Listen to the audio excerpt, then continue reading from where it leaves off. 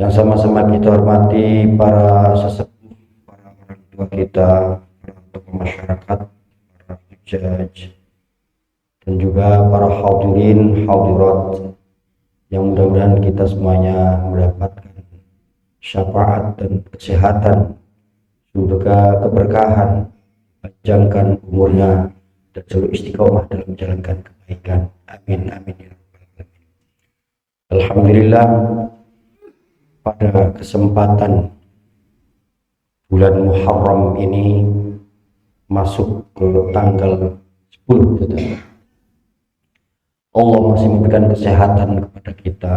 Mudah-mudahan kesehatan yang Allah berikan kepada kita betul-betul kita manfaatkan untuk amalan yang berusaha ibadah dan dapat ridha Allah Subhanahu wa taala. Amin ya rabbal. Salawat serta salam kita aturkan kepada junjungan Nabi kita baginda Rasulullah Muhammad sallallahu alaihi wasallam.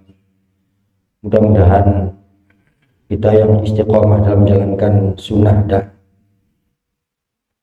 mendapatkan syafaat dari baginda Rasulullah Muhammad sallallahu alaihi wasallam.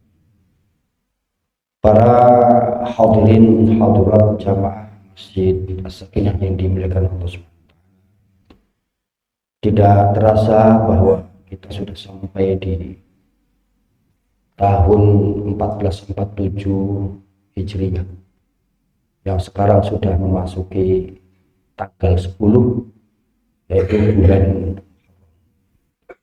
yang konon kita sejak kecil mengenal betul bahwa umat muslim di Indonesia khususnya tanggal 10 ini dijadikan sebagai lebaran anak yatim, yang memang di hadisnya tidak ada kata lebaran, tapi terlalu tidak ana wa kafir liyata, kita dengan orang yang penyantun anak yatim hakadha fil jannah. Jadi kita sama orang yang mendermakan anaknya beranak yatim, pengurus atau mengangkat atau menyedekahkan atau mengasuh anak yatim di surga nanti seperti dua jari, artinya tidak jauh, tidak terpisah, berdampingan nanti di surga bersama Rasulullah sallallahu alaihi wasallam. Salah satunya yang Rasul sendiri yatim. Yang menjadi pertanyaan itu mengusap kepala dengan sedekah, kira-kira di mana sunnahnya? Kalau menurut saya dua-duanya, karena memang mengusap kepala itu juga dicontohkan oleh Rasulullah dalam rangka simbol kasih sayang kita kepada anak yatim. Hadirin hadirat yang dimuliakan Allah Subhanahu wa taala, sebelum memasuki bab terkait tentang maqasidus syariah, terkait tentang syariat, hukum-hukum yang berasal dari Allah dan Rasulnya, sebagai prolog saja bahwa bulan Muharram di bulan yang pertama, khususnya sekarang tanggal 10, kita harus tahu betul bahwa penanggalan hijriah ini memang diawali dengan dulu kejadian hijrahnya Nabi Muhammad dari Mekah menuju ke Madinah sebagai simbol kebangkitan dan juga menghindar dari penindasan saat itu. Ini hijrah. Nah, khususnya tanggal 10 Muharram ini memang banyak kejadian-kejadian. Sebagai ini sejarah saja, sekedar untuk lewat saja. Tanggal 10 itu dikatakan sebagai Asyura. Orang Jawa sana dan orang Indonesia kenal betul itu. Asyura itu dari kata atau kalimat asyara, artinya 10, tanggal 10. Nah, di situ ada kejadian yang memang dahsyat betul, banyak kejadian, diantaranya selamatnya Nabi Musa dari kejaran Fir'aun laknatullah alaih, yang saat itu memang Nabi Musa dengan para pengikutnya, bahasa kita, terhalang dengan lautan ketika dikejar, sementara Fir'aun dan bala tentaranya di belakang ngejar betul, ingin membunuhnya. Tapi dengan petunjuk Allah diperintahkan untuk membenturkan atau menetapkan tongkatnya sehingga laut itu menjadi terbelah, yang sekarang kita bilang laut merah, itu berjalan sebagian daripada pengikut Nabi Musa sebetulnya, tapi karena dipaksakan dengan keadaan saat itu, akhirnya mereka tetap menjalani dan mengikuti Nabi Musa sebagai panutannya. Nah, ketika sudah lewat itu, hampir mendekati tempat yang memang sudah keluar dari lautan itu, sementara bala tentara Fir'aun itu masuk ke lautan. Ya qadarullah, lautan itu digabungkan kembali sehingga tidak hanya Fir'aun, tetapi bala tentaranya juga tenggelam dan mati di sana. Bahkan konon sempat beriman, tapi karena sudah yuhorgir, bahasanya sudah ditenggorokan, ya sudah nggak bisa. Malah ada yang cerita riwayat itu, yang paling kesel itu yo malaikat Jibril. Merasa keenakan kalau dia diampuni dosanya karena dia sempat bertobat, ada dilelepin aja supaya dia nggak sampai beriman nih, seperti itu. Amantu bi Rabbi Musa, aku beriman pada Tuhan Nabi Musa. Oh, sudah cengap-cengap, sudah di apa bahasanya, nyawa sudah tenggorokan baru beriman. Hadirin hadirat yang dimuliakan Allah Subhanahu wa taala. Selamatnya Nabi Musa inilah dan para pengikutnya, tenggelamnya para tentara sekaligus Fir'aunnya itu ada ekspresi tasyakuran pada umat Nabi Musa itu dengan cara pengikutnya kaum Yahudi, ya, itu Yahudinya Yahudi masih samawi, Pak, masih agama masih dari langit, Mas kalian ya. Yahudi yang kondisi saat ini yang sholat kita ya enggak, masih ajaran Nabi Musa dan Nabi-Nabi terdahulu. Itu dengan cara puasa, selamatnya Nabi Musa apa sih mereka. Nah, kondisi cerita ini, qasasul Quran, cerita seperti ini sampai kepada Rasulullah. Bahkan Rasulullah mengatakan di depan para sahabat, mestinya kita lebih layak melakukan puasa itu tuh tanggal 10. Lalu para sahabat bertanya, apakah kita tidak mengikuti orang Yahudi, ya Rasul? Lalu Rasul bersabda bahwa seandainya umurku sampai di tahun depan masih ada, maka aku akan puasa mulai dari tanggal 9 dan sampai tanggal 10. Sebelum sampai bulan Muharram, Rasul berhaji dan haji wada. Kalau ada mengatakan 40 hari setelah haji wada itu beliau wafat. Kan baru setelah itu baru sampai ke Muharram. Belum sampai ke waktunya.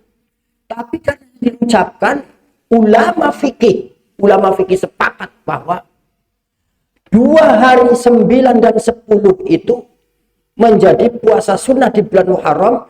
Yang pertama dikatakan puasa Tasu'a. Tasu'a itu dari asal kata tis'ah, 9. Itu ulama mengatakan dikatakan sunnah hamiyah. Sunnah hamiyah itu sunnah yang dipentingkan. Sementara di 10 Muharram itu sunnah muakkadah. Tapi namanya sunnah, Pak. Yusabu ala fi'lihi wa la yu'aqabu ala tarkihi. Diberi pahala atau ganjaran ketika kita melaksanakan, kalau tidak melaksanakan ya enggak. Termasuk saya, kebetulan tanggal 10 ini bertepatan dengan kajian di sini. Saya niatkan untuk tidak puasa. Karena apa? Saya mau ambil ganjaran juga dari apa? Menerima sedekah orang yang kita nikmati. Artinya, ya fleksibel saja namanya sunnah. Lah itu Pak, jangan. Oh, sunnah sendiri aja enggak ngamalin. Lo kan dilakukan enggak apa? Dia kan boleh dapat ganjaran, enggak juga enggak apa. Terserah mau tafsirnya kayak apa, yang namanya sunnah itu ya begitu, enggak usah Ini nggak usah silahkan multitafsir. Kadang-kadang kalau kita puasa sunnah entah Senin Kemis atau Yaumul Abyad, hari puasa mutih 13, 14, 15, Yaumul Bid bahasanya hari mutih itu, tapi Hijriah pakainya, jangan Masehi. Jangan Masehi karena itu berbeda. Lalu kita bertamu, kita nggak ngomong sama tuan rumah. Dan tuan rumah sudah sibuk menyiapkan minumannya, apa disodorkan, maka dalam pemahaman fikih itu membatalkan diri itu adalah lebih baik. Tuh, posisi sunnah itu begitu. Bahkan Rasul pernah bertanya kepada istrinya Aisyah, adakah makanan yang bisa dimakan? Enggak ada ya Rasul. Ya sudah, kalau begitu saya puasa. Puasanya memang karena enggak ada makanan. Saya. Begitu beberapa jam siang orang Yahudi memberikan makanan. Lalu Rasul membatalkan puasanya. Hanya fleksibel saja. Nah itu. Jadi kan Tasu'a dan Asyura. Bahkan orang-orang kampung itu, desa-desa itu ada istilah kata bubur Asyura. Bubur Asyura itu maksudnya bubur yang dibuat di tanggal 10 bulan Muharram. Ada sejarahnya. Karena saat tanggal 10 itu selesainya atau bersandarnya atau berlabuhnya bahtera Nabi Nuh yang kena air bah saat itu. Dan ketika mau menyantap makanan, perbekalan makanan saat itu tinggal sedikit. Lalu disiasati bagaimana supaya ini bisa kebagian semua. Berarti apa? Dijadikan bubur. Nah ini bentuknya kita nggak tahu di situ apa sih gandum, apa sih memang padi, ya. Karena memang padi itu sejak zaman Nabi Adam juga sebetulnya bercocok tanam. Nabi Adam awal-awal Nabi yang bercocok tanam Nabi Adam itu apa? Tapi yang jelas supaya bisa banyak. Yang konon dalam riwayat saat itu dia tinggal sedikit lah, sekitar 40 pasang atau apa-apa. Kalau dibagikan nggak cukup. Nah beras Pak, kalau satu cimit, satu genggam itu kalau dimasak begitu ya hanya satu piring. Tapi kalau airnya diperbanyak jadi bubur bisa 3 piring. Nah konsep ini pernah dilakukan oleh Nabi Nuh untuk supaya anak buahnya yang beriman mengikuti beliau itu dapat kebagian bubur saat mereka. Dan itu di tanggal 10. Atas dasar inilah di desa-desa saya kenal sejak kecilnya bubur Asyura. Bubur yang dibuat pada tanggal 10 di bulan. Nah sekarang sudah mampu semua. Mau bikin bubur ya boleh silakan, tapi bagaimana kalau buat nasi kuning atau nasi uduk? Ya nggak apa-apa, bilang saja nasi kuning Asyura atau nasi uduk Asyura, karena nasi uduknya atau nasi kuningnya dibuat di tanggal 10 bulan Muharram. Siapa yang melarang? Boleh-boleh saja. Kita bagus-bagus saja. Orang katanya juga harus memperbanyak sedekah. Seperti itu. Jadi sah-sah saja seperti itu. Ini sejarah daripada 10 Muharram. Banyak kejadian Pak di situ. Karena itu kita ya perlu tahu lah seperti itu. Karena itu man yuridillahu bi khairan yufaqihu fiddin. Orang kita mau bikin kebaikan pada diri kita harus paham tentang agama. Di antara itu sejarah. Ya, jangan sampai kita lupa sejarah. Jangan sampai itu. Tapi sekali lagi saya pernah mengatakan sejarah bukan untuk diikuti tapi dipelajari. Tuh. Sejarah itu tidak untuk diikuti tapi dipelajari. Sekali lagi saya. Nah kalau sejarah cenderung diikuti Pak, zaman sahabat terjadi bunuh-membunuh. Umar yuk dibunuh, Utsman yuk dibunuh, Ali yuk dibunuh. Apa ya itu harus diikuti sejarah? Tapi dipelajari. Tidak boleh diikuti. Kalau sampai diikuti, akan terjadi kasus yang kesekian kalinya. Sehingga orang yang mengatakan melakukan sesuatu hal karena sejarah, kadang-kadang tentu sejarah yang kelam, yang tidak bagus. Kalau sejarah bagus, ya tentu silakan dipelajari dan diikuti. Tapi kalau yang sesat, ya tentu tidak diikuti, tapi dipelajari. Kenapa? Yang kita bisa bayangkan, Pak, sejarah Islam itu jelas tidak suci. Ajaran Islam suci, tapi sejarah Islam tidak suci. Sejarah Islam tidak suci, tapi ajaran Islam suci. Saya bisa pertanggungjawabkan itu. Kalau sejarah Islam suci, umpamanya, kenapa para sahabat di sana entah oknum-oknum pada saling bunuh-membunuh? Lah mertua sama menantu kok bisa perang itu loh. Siti Aisyah dengan Sayyidina Ali bisa perang, itu sejarah. Karena itu nggak suci, sejarah Islam itu nggak suci. Kenapa? Loh, itu terjadi peperangan, apa segalanya.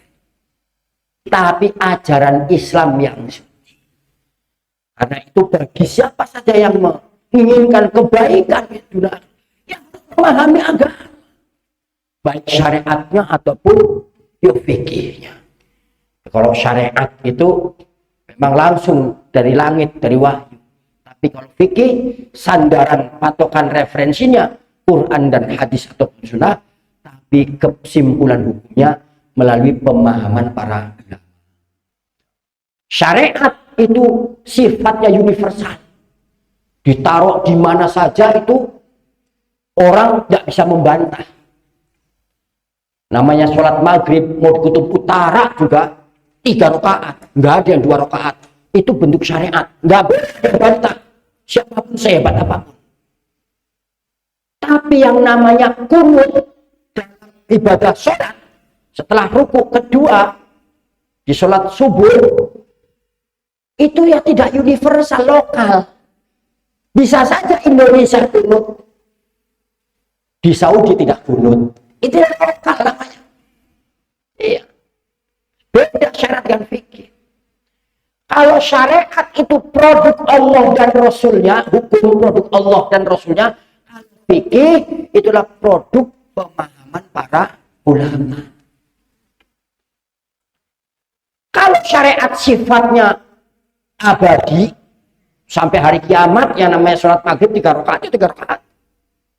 Tapi kalau fikih temporer, bisa saja. Contoh yang saya katakan bisa apa namanya lokal ataupun tidak universal. Di Saudi Arabia itu ringtone handphone, Pak, itu haram, nggak boleh. Ketika handphone ringtone-nya dengan Al-Quran itu dilarang, fatwa sananya, karena anggapannya mula'abatu, mempermainkan ayat Al-Quran. Loh kok bisa? Letak mempermainkan ayat Al-Qurannya gini, ketika handphone itu berbunyi, tolonglah ayat kursi umpamanya. Begitu berdering, Allahu la ilaha illallah. Halo. Secara mani Allahu la ilaha. Allah tidak ada Tuhan. Halo, diangkat. Artinya redaksi makna dari ayat yang diringtunkan itu kan tidak sempurna. Titik komanya di situ dianggap mempermainkan. Maka fatwa fikihnya negara Saudi Arabia ringtun dengan ayat Al-Quran haram. Di Indonesia apa haram? Gak jelas. Di Indonesia pada mau di WC aja ringtun ke ayat Al-Quran dan segalanya. Bahkan ada yang dakwah katanya ringtunnya dengan ayat Al-Quran.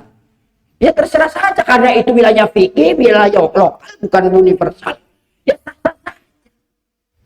Jadi jangan merasa benar menurut diri sendiri, lalu dianggap bahwa harus semua ngikutin. Karena itu fikih itu adalah tidak universal. Nah, itu syariat. Dan satu catatan bahwa syariat itu mutlak kebenarannya. Mutlak kebenarannya, pasti benarnya itu syariat. Karena datangnya dari Allah dan Rasulnya. Tapi kalau fikih, tidak mutlak kebenarannya. Bisa saja benar, bisa saja tidak benar. Karena memang ulama fikihnya sendiri saja, fuqahanya saja mengatakan, ini pendapat. Bisa saja pendapatku salah, mungkin pendapat yang lain benar. Tapi juga sebaliknya, pendapat saya bisa saja benar, tapi pendapat yang salah. Dan kita di dalam beretika fikih lebih aman itu ngambil kesimpulan jumhurul ulama. Kebanyakan kesepakat para ulama, ittifaqul ulama, jumhurul ulama, yang memutuskan itu adalah semua para ulama kebanyakan. Sekalipun masing-masing negara memiliki mazhab-mazhab yang berbeda, termasuk Indonesia mayoritas Imam Asy-Syafi'i, India Imam Hanafi. Karena itu semua silakan, karena itu wilayah fikih, tidak boleh kita mengklaim bahwa pendapat yang kita laksanakan inilah kita praktekkan paling. Karena itu hati-hati di dalam kesimpulan fikih ataupun tasawuf, jangan-jangan menyalahkan orang itu adalah perbuatan kezaliman. Karena merasa bahwa dirinya paling benar, mengharamkan, menyalahkan kepada orang, jangan-jangan bagian daripada kezaliman kita. Perasaan kita hebat, soleh, tapi merasa benar ibadahnya, ini menjadi catatan khusus di dalam pandangan fikih ataupun hukum Islam seperti itu. Karena memang di dalam hadis qudsi Allah Subhanahu wa taala berfirman, itu hadis qudsi itu ayat firman Allah yang tidak tercantum dalam Al-Qur'an.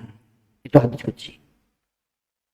Dibacanya tidak merupakan ibadah, beda dengan Al-Qur'an.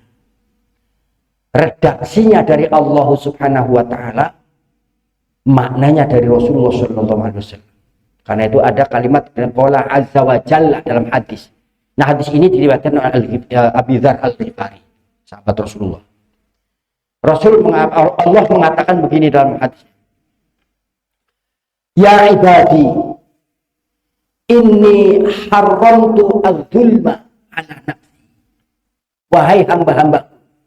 Kenapa Allah menggunakan ibadun atau ibadi? Padahal asalnya kan abdun.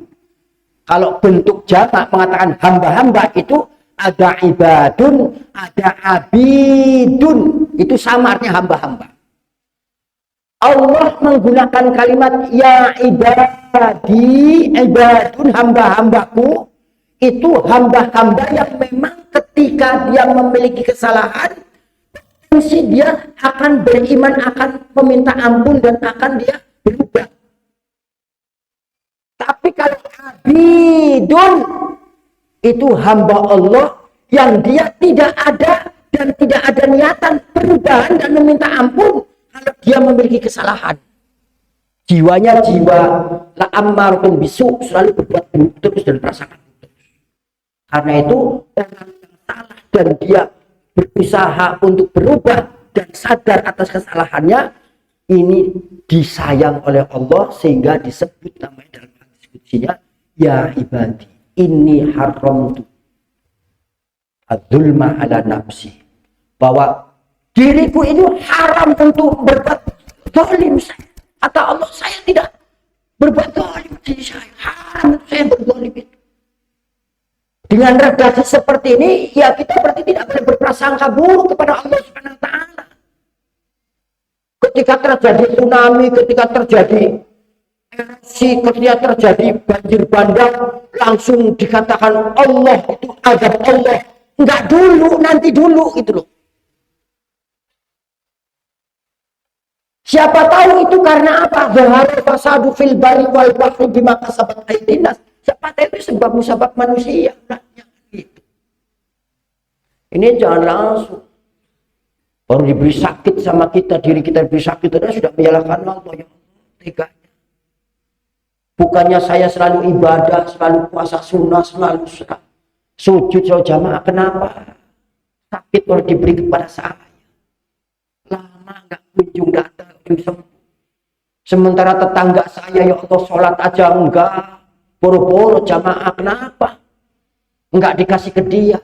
Ini berprasangka buruk kepada Allah Subhanahu wa Ta'ala. Padahal jangan-jangan kalau kamu beriman, bertakwa, rajin ibadah sholat, itu bukan bagian daripada musibah, tetapi ujian untuk meningkatkan keimanan orang tersebut. Bahkan di dalam kitab Al-Usuliyah Tasawuf, itu apa? Bi'ayyahudha jami'a dhunubihi. Orang yang sakit dan sabar dan dia beriman menerima apa yang diberikan oleh Allah, bahwa itu adalah ujian karena keimanannya dari sakit itu semua dosa-dosanya itu diambil oleh malaikat atas perintah Allah Subhanahu wa Ta'ala. Karena itu kita harus berprasangka baik, husnudzon. Lebih-lebih Allah sudah mengatakan, haramtu adzulma ala nafsi. Jadi jangan sampai kita prasangka baik saja. Mati yo baik, hidup yo baik. Mati baik, Pak. Jangan disangka nggak baik. Karena itu di dalam hukum iman itu kita harus beriman al-qadar dan qadar, khairuhu wasar, baik atau buruknya. Buruk menurut kita belum tentu buruk menurut Allah. Baik menurut kita belum tentu baik menurut Allah. Tapi apa yang didatangkan oleh Allah Subhanahu wa Ta'ala itu adalah baik untuk kita, karena Allah tidak memiliki sifat zalim dan jelas menegaskan pada Allah Subhanahu wa Ta'ala bahwa haramtu adzulma ala nafsi. Tuh, karena harus husnudzon apapun. Karena itu banyak introspeksi diri. Lalu diteruskan dalam hadis qudsinya itu, wa ja'altuhu bainakum muharraman, dan aku jadikan juga kalian para manusia untuk apa? Haram kalian untuk berbuat zalim. Jangan, kamu juga nggak boleh berbuat zalim.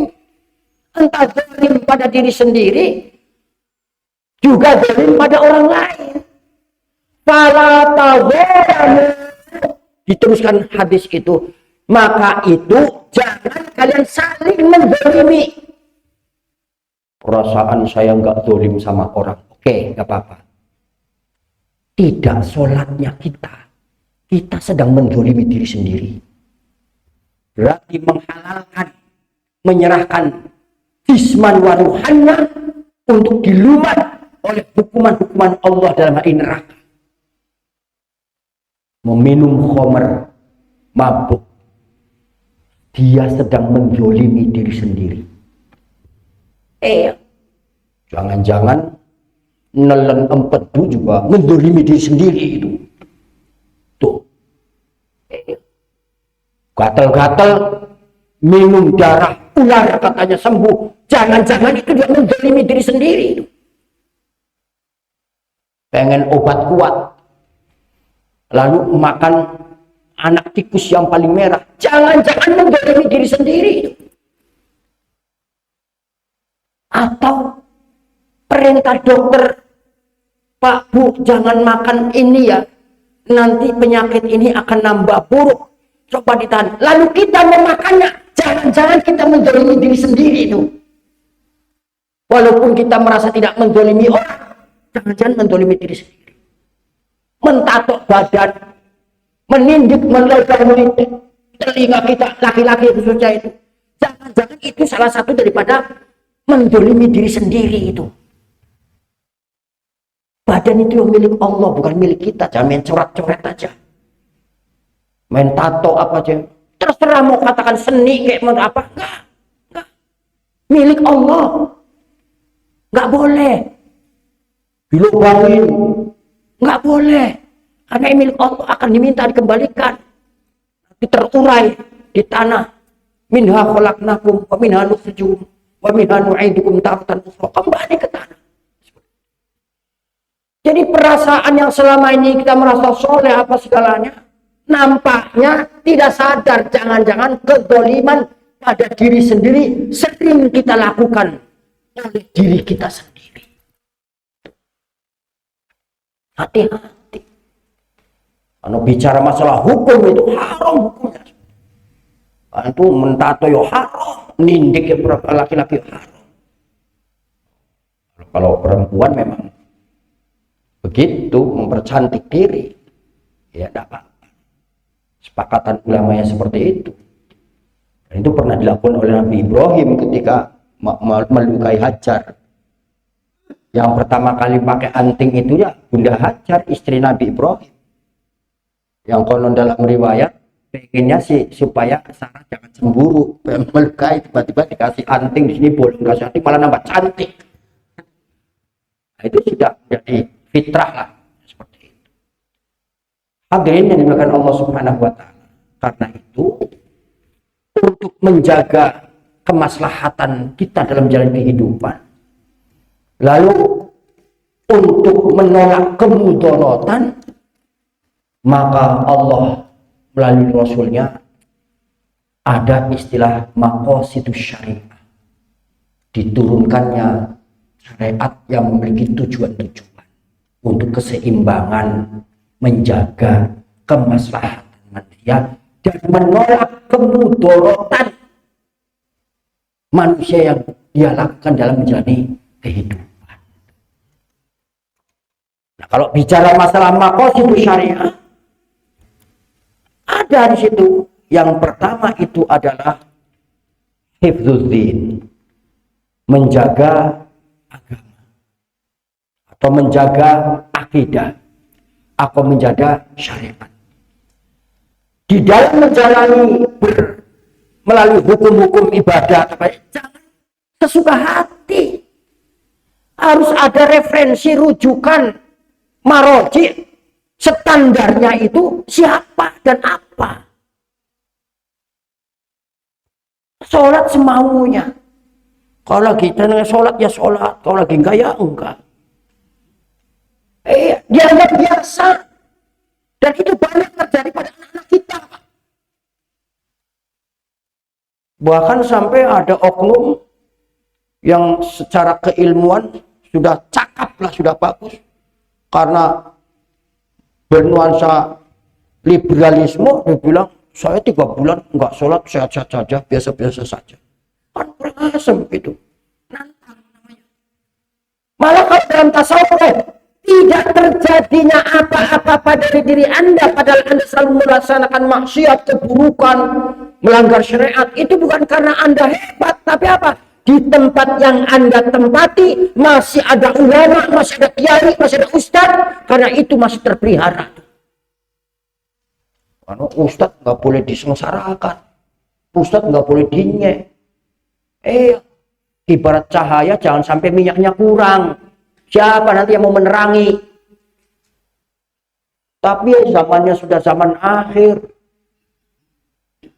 Cirinya itu adalah orang udah lari daripada ulama.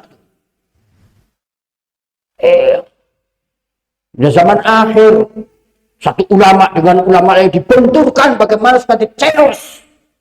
Allah. Karena kalau melihat kita ada bentrok-bentrok begitu atas nama Islam sama Islam, Pak, atau ulama sama ulama, ustaz sama ustaz, jangan komentar. Kita malah ngeri, benar. Kebutuhannya apa mereka itu? Komentar sana, komentar sini, mengerikan. Lebih baik sudahlah diem saja. Kayak hati-hati yang di grup kadang-kadang saya mah lihat setia saja sampai dibilang katanya nggak aktif di grup itu. Karena saya jarang komentar, saya ngeliat aja itu. Kecuali kalau ya kayak kemarin tuh di ada TikTok lewat yang saya mestinya harus menerangkan itu. Kemarin sore saya mau istirahat, ada pengajian maghribnya, setelah asar saya coba istirahat melihat TikTok, ada orang mengatakan dibilang sama KDM sama Deddy Mulyadi itu yang sering seneng TikTok itu. Lele itu haram. ketika diberi makan ayam mati, karena itu mengandung bla bla bla bla bla bla begitu. Jadi bagaimana kesimpulannya? Ya, jadi haram kalau dikonsumsi. Nah, ini kan kesian pedagang lele, pecel lele, kesian para peternak lele, kesian para pengkonsumsi ikan lele. Jangan cukup begitu. Di dalam fikih sunnah, saya jelaskan akhirnya Ustaz. Saya terpaksa itu 1 kali seumur hidup baru saya mengomentari terkait itu, karena itu saya pilih untuk kemaslahatan. Dan saya di bidang fikihnya seperti itu. Saya komentari bahasa luasnya beginilah. Jangan sembarang mengatakan sesuatu hal itu halal dan haram. Cukup di situ. Kalau dibilang haram, nanti dulu. Di dalam fikih itu ada istilah hewan jalalah. Hewan jalalah itu hewan yang memakan kotoran, memakan bangkai, maka dan itu terjadi pada lele, pada ayam yang liar yang tidak diternak. Kalau sampai di situ betul dia haram, tapi kan ada solusi. Kalau kita menernak lele, lalu kita beri kebebasan orang pada buang air besar, apa terus kita mancing lalu dimakan, itu masuk al-jalalah. Jalalah itu nggak boleh dimakan, haram hukumnya, betul itu. Ayam ketika kita lepas Pak, entah dia makan apa, kadang kita tahu sendiri, makan kotoran manusia, makan bangkai gitu, lalu kita tambahkan sembelih. Posisi dalam keputusan hukum fikih itu haram hukumnya karena jalalah, betul itu. Tapi ada cara menghalalkan. Pertama, bahwa hampir seluruh ikan dalam Al-Quran itu halal, apalagi hewan laut seperti terutama ikan. Khusus lele yang dibilang jalalah tadi Pak, bisa halal kalau apa? Diinepin dulu entah sebulan 2 bulan. Makanya peternak lele itu yang saya tahu, ketika dia ada kerobohan untuk buang air besar orang apa segala di situ, ketika mau dipanen sebulan atau 2 bulan sebelumnya, itu tempat buang air besarnya dicopot, jangan sampai ada yang buang air besar di situ. Mereka langsung dikasih makan umpan pelet, diinepin tuh, sehingga sebulan 2 bulan umpamanya. Akhirnya apa? Zat-zat yang terjadi tadi dia makan kotoran apa di situ hilang, luntur, dikeluarkan oleh kotoran-kotoran lele. Karena itu boleh dipanen. Tuh, halal. Saya jelaskan begitu. Ayam, kita juga belajar Pak dari orang tua. Saya perhatikan betul orang tua dulu itu. Biasa kami orang desa Pak, makan ayam itu setahun sekali Ustaz. Ayam kampung. Iya, kadang itu beli. Lebaran, ingat betul itu, makan ayam setahun sekali Pak. Mau pakai baju baru aja sekali, setahun Pak saya. Sekarang hebat, sejahtera, Allah memberikan kita kapan saja kita beli ayam, kapan saja kita beli baju, bisa. Apa enggak bersyukur kita? Tapi pernahkah kita mengingat bahwa ketika orang tua kita mau makan daging ayam, mau menyembelih ayam, entah ayam beli itu apa itu ayam ditangkap sebelum lebaran, diinepin, dikurung barang seminggu 2 minggu. Itu sebetulnya untuk menghilangkan kotoran-kotoran yang barangkali ayam itu di luar sana makan tai, makan kotoran manusia atau makan bangkai. Dengan cara seperti itu ilmu fikihnya ketika sudah lalu dikasih bahasa kita menir itu yo beras kecil-kecil, kalau dari apa tempa itu bisa ini. Itu supaya apa? Diganti dengan makanan yang dedek, yang apa saja, lalu kotoran yang bekas main dia keluar seperti itu. Disitulah proses bagaimana menghalalkan ayam yang tadinya jalalah haram. Di YouTube itu, di TikTok nggak sampai begitu, karena saya merasa bahwa saya harus terpanggil komentar di medsos itu. Akhirnya saya komentar begitu Pak. Ngayal, siapa tahu saya ditelepon sama Dedi Mulyadi. Iya, kita nggak tahu namanya, tapi ya itulah kecil harapan. Yang penting saya ngeliat begitu, saya komentar. Kenapa? Kebetulan juga saya lihat gitu loh. Saya kesian sama tukang lele, sama peternak lele, pencinta lele. Lele itu proteinnya besar. Hati-hati di dalam menjaga agama. Jangan asal-asal aja. Apalagi dalam media sosial banyak kakak lalu di-share. Benci dengan salah satu ustadz umpamanya, omongannya di-cut lalu di-share, heboh, dikriminalisasi, dipersekusi. Ya Allah, hati-hati. Karena itu di dalam maqasidus syariah untuk menjaga kemaslahatan itu adalah dalam menjaga agama, termasuk menjaga akidah. Kadang-kadang akidah kita Pak, punten ini, kadang-kadang nggak sadar kita. Akidah dengan spontanitas kita bisa hilang. Apa? Biasa ketika mendengar kematian, ketika mendengar si fulan meninggal dunia, yang bener, nggak percaya saya. Sama saya. Tuhan kalimat spontanitas nggak percaya saya baru saja ngobrol sama saya, menunjukkan akidah Pak. Hati-hati.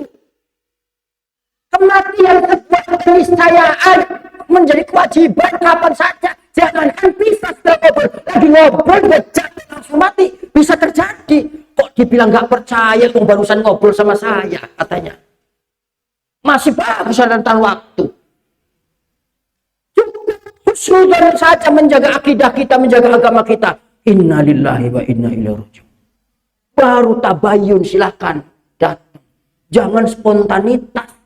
Apa? Mengatakan nggak percaya saya. Saya tadi ngobrol sama saya. Lah, ngomong nggak percaya inilah ukur akidah kita. Berarti kita tidak mampu menjaga agama. Seperti itu banyak istighfar Pak. Astagfirullahaladzim. Iya ya. Tiba-tiba dolim pada di sini astagfirullahaladzim. Karena itu kita diperintahkan untuk zikir kepada Allah perbanyak-banyak. Udzukurullaha dzikran katsira. Harus banyak zikir, disitulah hebatnya Islam itu seperti itu. Karena dalam satu hari satu malam mesti kita berbuat kesalahan. Pasti. Nggak terlepas, minimal dia mendolimi diri sendiri, minimal. Dan itu nggak terlepas, karena itu sering banyak istighfar. Iya. Saya kemarin pulang Pak, orang tua sudah hampir ya mungkin 100-an kali umurnya, ibu sudah di tempat tidur, sudah mau saya datang dulu ditanya siapa ya, bagaimana kita, paling saya nyuruh sama dia suruh sholat aja, pas nanti sholat atau tidak, sholat. Saya ngeliatin yang nggak pernah lupa satu itu apa? Tasbih. Mana tasbih saya? Saya langsung pikir, ya Allah, orang kalau sudah sepuh, sudah berumur begini kok seperti ini. Dia sudah gundah-gulana tasbih, mau cepet apa segala. Padahal ibarat kata kayak kita sekarang masih muda, penen tantang peten ini handphone terus, mikir soal tasbih, tapi udah tua baru tasbih. Ya Allah, malah ngomong, Jamal, kira-kira saya sembuh nggak? Ya sembuh lah. Ya entah kesembuhannya menurut Allah, mau diwafatkan atau di sebuah aktivitas kembali. Jadi kesembuhan itu macam-macam. Dalam menjaga agama. Dikit lagi saja, panjang sebetulnya. Lalu yang kedua, hifdzun nafas, menjaga jiwa. Kemarin pernah kita paparkan tentang nafsul lawamah, nafsul mutmainnah, nafsul ammarun bisu. Nafsul lawamah itu adalah jiwa yang dia ketika melakukan kesalahan lalu beristighfar minta ampun. Kadang baik, kadang tidak baik, tapi ketika tidak baik dia meminta ampun. Itu nafsul lawamah. Nafsul mutmainnah, jiwa yang tenang. Ya Tuhan nafsul mutmainnah, irji'i ila rabbiki radiyatan mardiyah. Wadkhuli fi ibadi wadkhuli jannati. Ya tenang, tidak melakukan kesalahan. Itu nafsul mutmainnah, itu jiwa-jiwa orang-orang salafus soleh dan para al-anbiya lah. Kalau kita berbuat baik sekali buat buruknya itu 5 kali gitu. Karena baru dapat poin 1, melanggarnya malah 3. Karena itu ada kalimat istighfar. Itulah pentingnya kita beristighfar seperti itu. Lalu yang terakhir, nafsun la ammartun bisu, hawa nafsu yang selalu berbuat buruk. Ini yang hati-hati kita. Keluar rumah sudah sering nggak karuan melihat orang itu siapa ya, apa di mana tinggalnya, rasanya belah amat, wajahnya nggak enak dilihat, kata la ilaha illallah Muhammad. Wah, keluar rumah kita udah dosa. Sekarang keluar rumah udah dosa. Itu namanya hifdzun nafs, dan itu jiwa. Karena itu jiwa-jiwa kita bagaimana supaya menuju pada jiwa yang mutmainnah, yang tenang. Karena itu dalam rangka menjaga. Lalu hifdzul akal, menjaga akal, kemampuan berpikir, menuntut ilmu. Menjaga akal itu betul-betul kita jangan sampai kita terjebak dengan logika-logika yang sesat. Dalam pendekatan tasawuf, logika tersatu begini caranya. Salah satunya, kita sudah mau tobat, mau ke masjid, masih ada perasaan nggak enak. Akalnya ngomong begini, tuh nggak enak saya banyak kesalahan, maaf juga. Di sana kumpul orang-orang alim, orang-orang apa, nggak enak. Ini bermasalah haram punya itu. Itu iblis sedang masuk, sedang menggerogoti bagaimana supaya tidak ada perubahan. Dan model orang seperti itu adalah rusak akalnya. Termasuk dalam pendekatan tasawuf itu menjaga akal, dan rusak akalnya kalau kita jalan-jalan. Ayo kita jalan-jalan. Tapi nanti kalau jalan-jalan ke bawah aja ya, nunduk lihat ke bawah, siapa tahu kita nemu duit. Kan begitu kita dulu.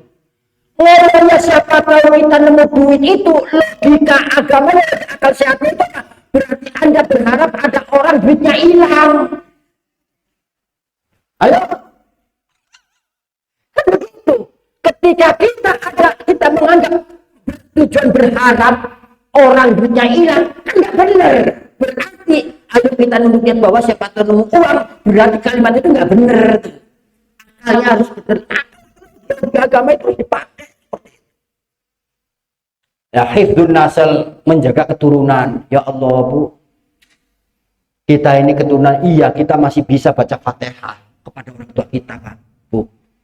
Anak-anak kita ke masjid enggak, sibuk dengan gadgetnya. Kita tahu kapan mereka mau nanti mengingetin diri sendiri, ngingetin orang tua, diri sendiri aja begitu. Apa iya anak saya nanti selalu kirimin Fatihah untuk saya ketika sepeninggalan saya, sementara kehidupannya sekarang begitu terus, jauh dari masjid, jauh dari agama. Ya Allah, saya bingung. Anak saya itu hafal 16 juz, Ustaz. Keluar SMP gara-gara katanya pelajaran umumnya katanya nggak maksimal. Sekarang tuh buat Allah ya Tuhanku, astagfirullahaladzim, handphone terus yang malam. 6 juta. Rasa pesimis saya, Allah, kalau namanya laki-laki masa puber kalau diingetin bikin kesel gitu kan. Tapi saya sadar lagi, iya ya, kita ini bukan untuk merubah anak, tapi menyuruh saja. Nggak bisa kita mengubah, yang mengubah itu Allah Subhanahu wa Ta'ala. Udah, yang penting kita kasih tahu. Tapi ya keselnya, kesel. Hafal Quran, boro-boro kamu ke masjid di pojokan sana ngulang atau apa. Pengennya kita kan begitu. Tapi anak di dunia sekarang, sehingga saya pikir begini, ya Allah, nanti siapa yang baca Fatihah? Siapa yang berdoa? Ya ini galaunya kita sudah umur 51 tahun sudah. Karena itu Pak, ayo kita jangan sampai malas-malas kita nyuruh anak ke masjid, nyuruh anak ngaji atau persegalanya. Masalah mau atau tidak urusan Allah. Ngeri anak sekarang, nggak bisa diandelin. Tadi anak saya udah pulang dari pesantren hafal 6 juz yang kedua itu. Dek, ayo ikut kayak antar temenin. Insya Allah ya, tapi nggak pasti. Jam 3 bolak balik dia. Saya bangun. Dek, jangan lupa ikut ya. Ya nanti aja ya, kita lihat. Begitu jam 3:30 saya bangun dan tiduran, deh jadi nggak berani. Kelihatannya nggak usah deh ya. Astaga, maksud saya mau ajarin kalau dia kurang baca, dengar begini kan mending. Siapa tahu bisa nanti ya mahali menggantikan saya ke depan gitu. Enggak, begitu lah. Dek bangun, buain gerbang, ayah mau keluar. Baru dia mau. Tapi nggak mau. 6 juz Pak. Disuruh baca ya enggak. Main handphone lagi sama abangnya. Jadi rival untuk main game. Allah Rabbi ya Karim, saya singgung kamu. Perasaan orang dari pesantren, rajin ke masjid. Kamu di pojok setengah jam kayak mana? Nyimak. Ini kok yang dibuka handphone. Ya nyemir aja. Berkesan. Masya Allah. Ampun dah. Ya Allah, perasaan saya ngasih umpan sama anak. Halal-halal aja. Begini sih. Ya Allah Pak, ayo Pak. Ayo. Yuk saya, yuk kita semuanya. Sering kita tegur, nggak apa-apa itu. Wajiban kita sebagai baru atau terima bebas tanggungan. Karena kita sudah mengarahkan masalah rubah atau tidak urusan Allah. Karena itu model anak-anak kita seperti itu dan kita kayaknya ragu gimana patah sama kita. Ayo Pak, memperbanyak untuk diri kita. Kita boleh saja ego untuk diri kita, nggak apa-apa. Perbanyak. Yang belum jamaah, ya seru jamaah. Yang belum zikir, terus zikir. Pakai ada yang kecil-kecil itu, yang hitungan itu. Ada kan nggak mesti harus tasbih, kalau tasbih terkirain sok gitu kan, serba salah kita. Pengen meningkatkan iman pakai tasbih itu kalau sok kayak wali-wali songo kayak bagian.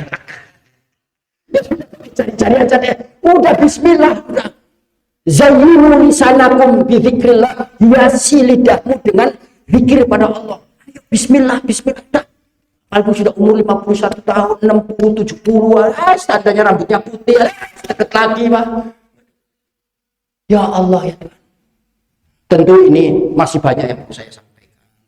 Insya Allah mudah-mudahan di bulan depan Allah selalu sehatkan kita dan panjang umur. Insya Allah dan berkah kita dalam ilmu ini mudah-mudahan bisa masuk dan mampu sedikit kita menerapkan pelajaran-pelajaran yang saat ini kita bisa pelajari dan menerima apa yang kita dapatkan. Dari saya barangkali itu saja. Mohon maaf atas segala kekurangan. Kalau memang ada waktu ya silakan, kalau tidak ya silakan Ustaz, saya serahkan kepada Ustaz. Demikian, Assalamualaikum warahmatullahi wabarakatuh.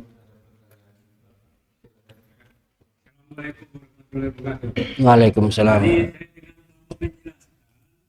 Kudut itu lokal, tidak universal, tidak syariah. Jadi kalau itu kudut itu apa rujukannya? Dalam hadis itu saya pernah nakdul jam'ul matan, mengumpulkan matan-matan isi hadis tentang kunut ya. Dalam redaksinya salah satunya qanata Rasulullah sallallahu alaihi wasallam ba'da ruku'i fi rak'atain. Rasul itu kunut setelah ruku dalam 2 rakaat salat subuh. Kunut ini ya hadis.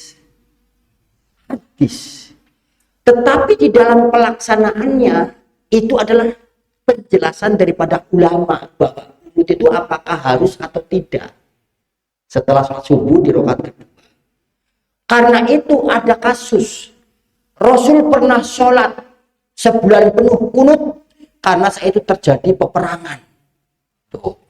Namanya dikatakan kunut nazilah. Tapi juga ada yang melihat bahwa Rasul ketika sholat subuh di rakaat kedua setelah ruku juga melaksanakan kunut.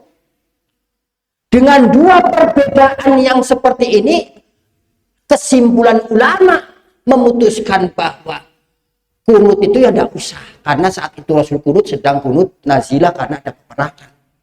Tapi juga kita tidak boleh menolak dan tidak boleh melarang ketika ada ulama mengatakan bahwa kunut karena Rasulullah pernah melakukan kunut itu. Artinya bahwa boleh kunut, boleh tidak. Wong Imam Syafi'i saja ketika disuruh imamin di suatu tempat yang mestinya mengajarkan kunut kok malah tidak melakukan kunut. Begitu selesai ditanya, kenapa kok nggak kunut? Bukankah engkau mengajarkan untuk kunut? Kita sedang berada di daerah yang tidak melakukan kunut. Karena itu kalau saya kunut, nanti akan dianggap, wah beda ya kan? Karena itu tidak kunut. Dan saya ketika khutbah, begitu juga sama. Azannya berapa kali? 1 kali. Kalau tersinggung, itu akan panjang urusannya. Emang kenapa kalau 1 kali? Salah. Astagfirullah. Makanya saya udah biarin aja.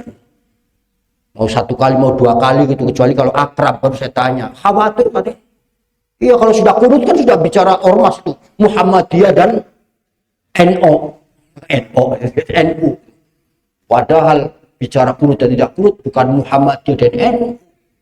Iya itu ulama-ulama fikih. Hanafi, Syafi'i itu. Enggak kunutnya. Hanafi enggak kunut. Ya Maliki, Syafi'i kunut. Kalau gitu Hanafi, Maliki itu Muhammadiyah. Syafi'i NU. Itu enggak begitu. Bukan kaitannya masalah itu. Nah, ini terkait tentang kunut ya. Jadi karena itu bukan dalam arti syariat yang mutlak harus dilakukan. Boleh, silakan dengan rujukan seperti tadi. Tidak juga ya silakan karena rujukan tadi. Seperti itu, Pak. Tambahkan barangkali, Pak. Barangkali Ibu silakan. Waalaikumsalam.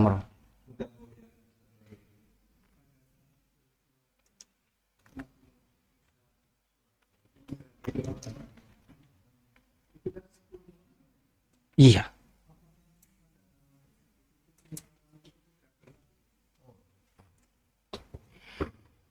Tentu berlakunya kalender Hijriah itu ketika dimulai Nabi Muhammad hijrah ke Madinah, dari Mekah ke Madinah.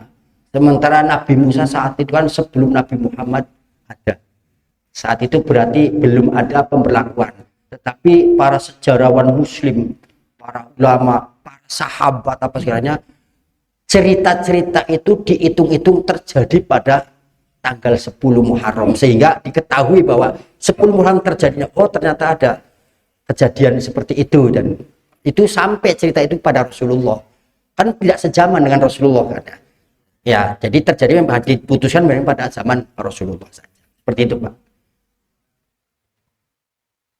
Silakan Ibu. Ibu. Ya. Waalaikumsalam. Ibu.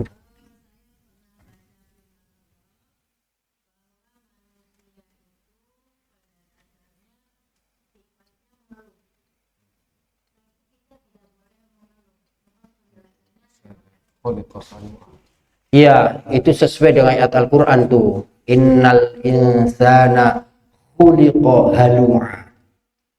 Sesungguhnya manusia diciptakan oleh Allah dalam keadaan keluh kesah. Manusia ini, kita bukan manusia pilihan yang seperti Nabi. Yang tentu saja ujian-ujian juga semuanya ada. Kalau saya bilang, sebatas keluhan barangkali tidak menyalahkan kepada yang lain, apalagi Allah Subhanahu wa Ta'ala, barangkali masih bisa ditolerir. Tapi keluhan yang kita permasalahkan tadi, jangan sampai itu perbuatan menganggap bahwa Allah mendolimi kita atau orang mendolimi kita. Enggak. Kalau hanya sekedar, ya Allah capeknya, ya wajar, manusiawi. Iya. Ya Allah, kok beras tinggal sedikit. Ya wajar. Kalau enggak begitu, nggak berpikir bagaimana cara nyari beras. Kan seperti itu bahasanya kita. Artinya masih dalam ambang batas wajar. Yang salah itu ya tadi dikasih sakit, merasa gak ibadah, nyalain orang. Itu sekaligus menyalahkan Allah Subhanahu wa Ta'ala.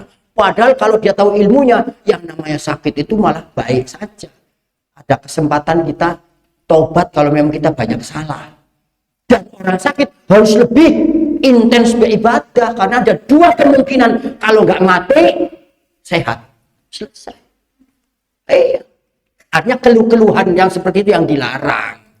Kita bukan termasuk orang yang beriman seperti itu. Tapi keluhan-keluhan yang masih batas wajar sebetulnya ya memang manusia diciptakan dalam keluh kesah. Tapi jangan sampai mendolimi diri sendiri, iya, bersuudzon sama Allah itu yang dilarang. Kita juga kiai ulama juga ngeluh kok. Iya, siapa yang nggak ngeluh? Ngeluh banyak, para sahabat juga banyak yang ngeluh. Tapi ngeluhnya masih dalam porsi yang wajar, yang biasa. Yang jangan-jangan menyalahkan diri sendiri. Ya Allah, kenapa kok saya melakukan begini apa segala? Ya Allah, itu introspeksi diri berarti sedang muhasabah. Beda ya Pak, muhasabah dengan keluh itu. Mungkin itu muhasabah kali ibu tadi itu. Itu baik saja, hasibu qabla an tuhasabu. Hisab sebelum nanti akan dihisab di akhirat nanti. Enggak apa-apa. Dan memang begitulah. Bahasa kita mungkin keluh kesah asalkan itu tadi tidak sampai melanggar. Sementara itu Bu dari saya Bu ya.